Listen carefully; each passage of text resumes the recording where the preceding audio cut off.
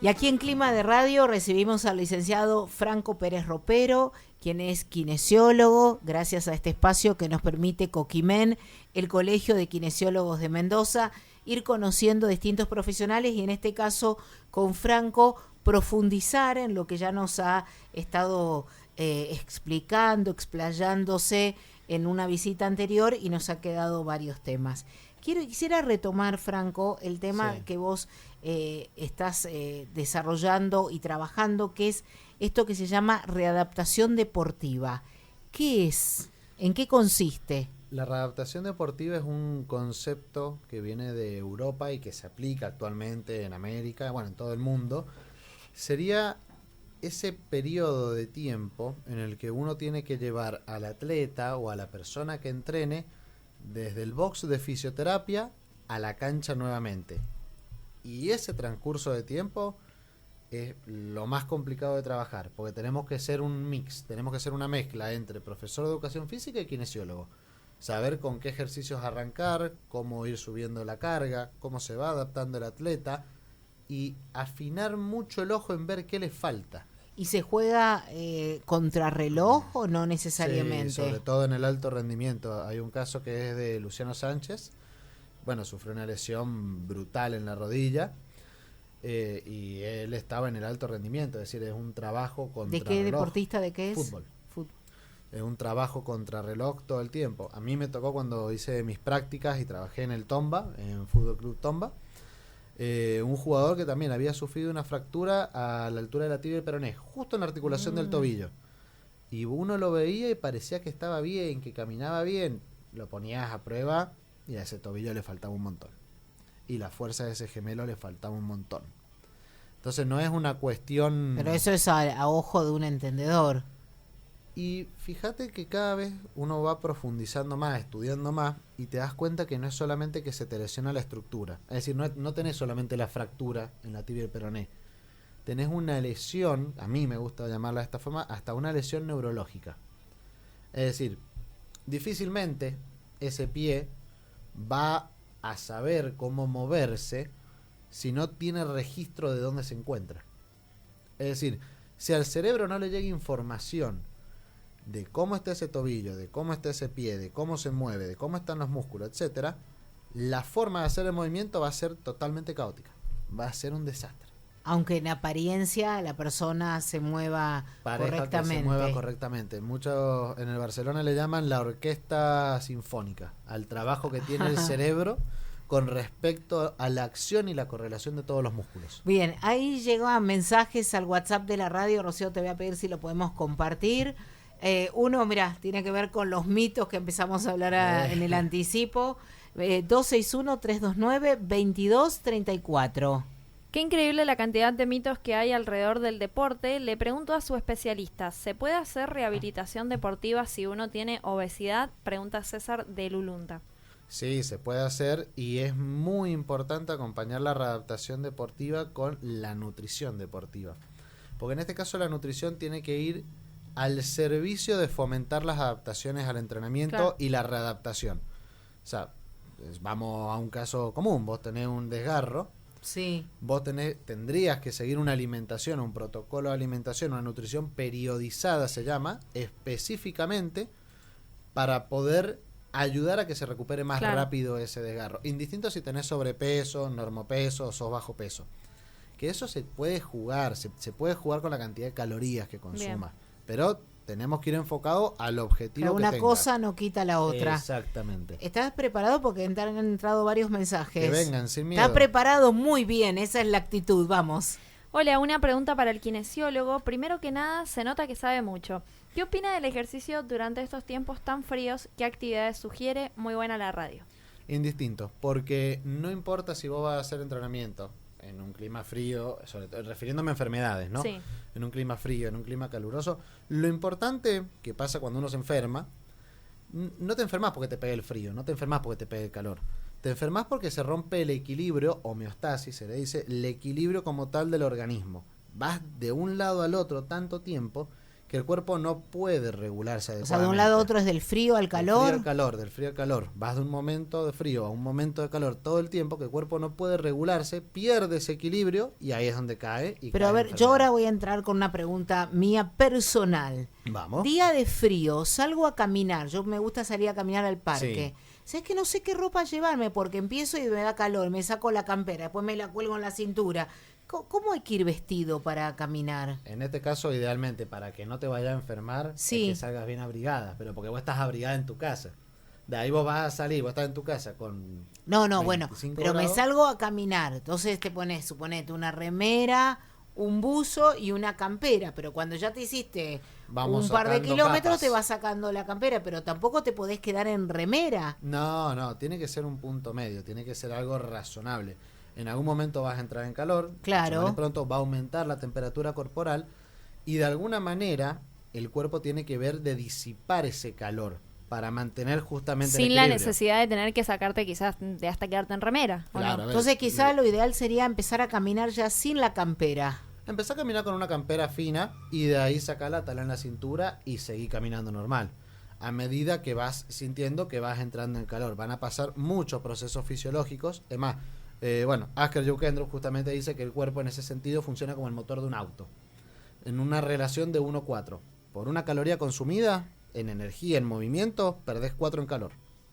Entonces, en algún punto vas a subir la temperatura, vas a tener Ajá, calor, claro. y ahí es donde podés empezar Sí, a sacarte la campera. el domingo que nevaba, Sí. el domingo que nevaba, yo he visto en una senda, en una bicisenda, gente corriendo en pantalones cortos mientras nevaba, Exactamente.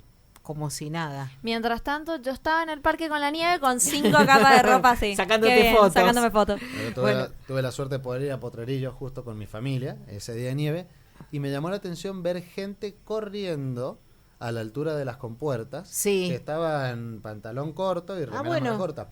Pero eso es justo una adaptación que tiene la persona. Sí, El cuerpo sí. se puede adaptar al calor y al frío, indistintamente.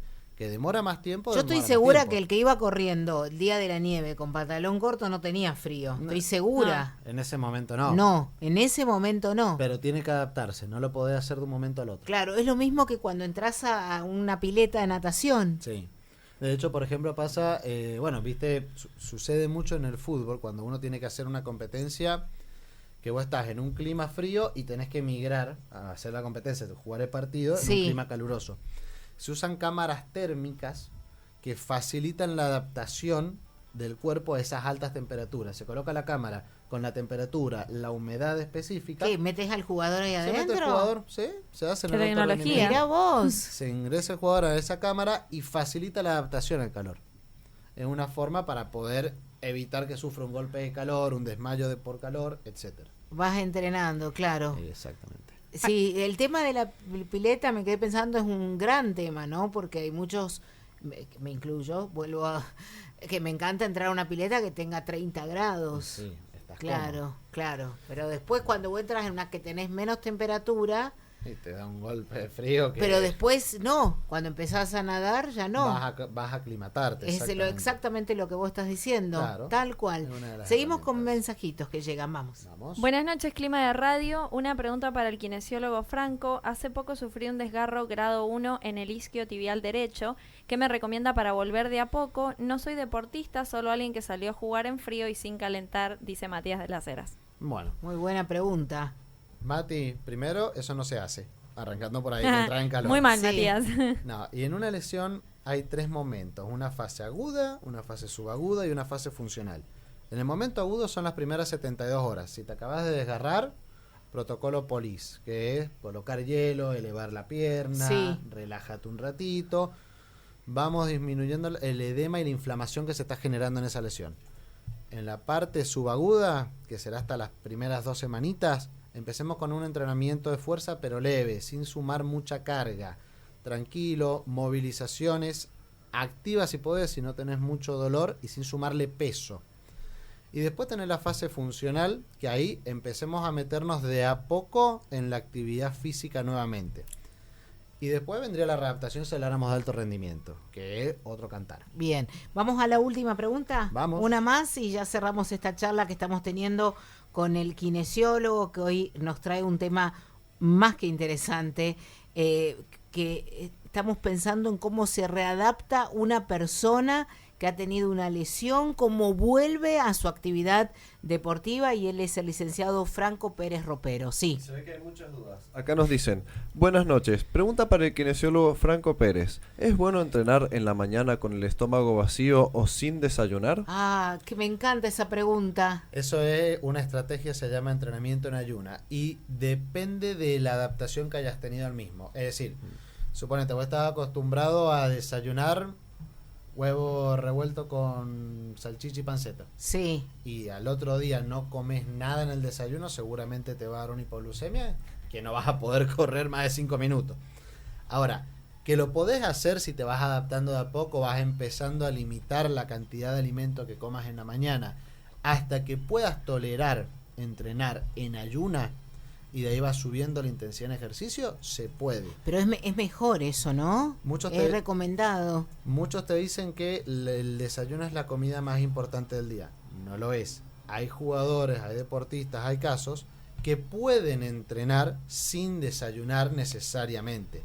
Es importante la gestión de las comidas, pero no necesariamente porque vos comas en el desayuno o no comas vas a tener un mejor o peor rendimiento. Puede ser quizás reemplazado por, no reemplazado porque no es la palabra, pero fortalecido, capaz ese preentrenamiento con otras cosas, porque yo, por ejemplo, tengo amigos que antes de entrenar toman un vaso de agua de avena, o sea, agua con avena, así como medio procesado, y que queda como un pasticho así medio raro. En la mañana, un batido con proteína y todo, pero sin desayunar. Pero eso es un desayuno. Pero eso es lo que yo digo, eso no es bebido, ¿eh? Sí, todo pero bebido, es pero desayuno. es fortalecido y reemplaza, quizás, no quería usar la palabra reemplaza, pero que fortalece antes de un entrenamiento. Ella después Lo mismo desayuna, de la charla anterior. Un suplemento nunca, pero jamás te puede reemplazar una comida.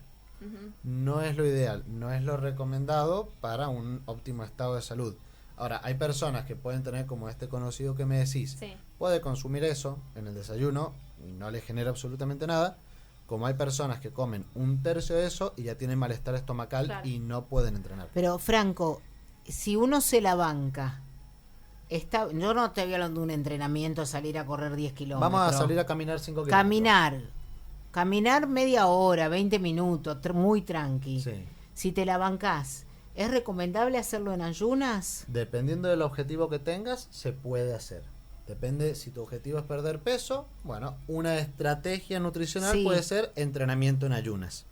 Como puede ser entrenar con baja disponibilidad de hidrato de carbono o tener una dieta con bajo contenido de hidrato de carbono, que no es lo mismo. Una cosa es una dieta de todos los días, que vos comas poca cantidad de hidrato de carbono. Otra cosa es un entrenamiento único que deliberadamente hayas restringido o no hayas consumido hidratos de carbono previo a ese entrenamiento. Son distintas estrategias de la nutrición periodizada, que es lo que se utiliza. No es esto de decir, bueno, lo mejor es la dieta cetogénica, lo mejor es la dieta carnívora, lo mejor es la dieta indistinto. Lo óptimo es periodizar la alimentación en relación a los objetivos de entrenamiento que tengas y a lo que vayas a hacer. Excelente. Muchas gracias, la verdad que copadísimo. No se me ocurre otra palabra muy para bueno, decir. Sí, muy bueno. Bueno. Muy completa toda la información. Además. Claro, ahora tenemos que procesar todo lo que nos dijiste. Muchas gracias por el espacio. Me gustó aparte esto último que dijiste, el desayuno no es la comida más importante del día. No lo es. Acá al lado de la chef lo está diciendo. Ojo, el trabajo del chef es súper importante en esto de la nutrición periodizada. Es algo que no se tiene que pasar por Y sí. O sea, es quien va a ayudar a gestionar esto, es decir, cuántas calorías vas a consumir, de qué tipo, en qué cantidad. Muchas gracias. Gracias Un por el gusto espacio. enorme recibirte aquí, al licenciado Franco Pérez Ropero, kinesiólogo de Coquimen. Muchas gracias. Otro ritmo, otra mirada de la información, marcando la diferencia.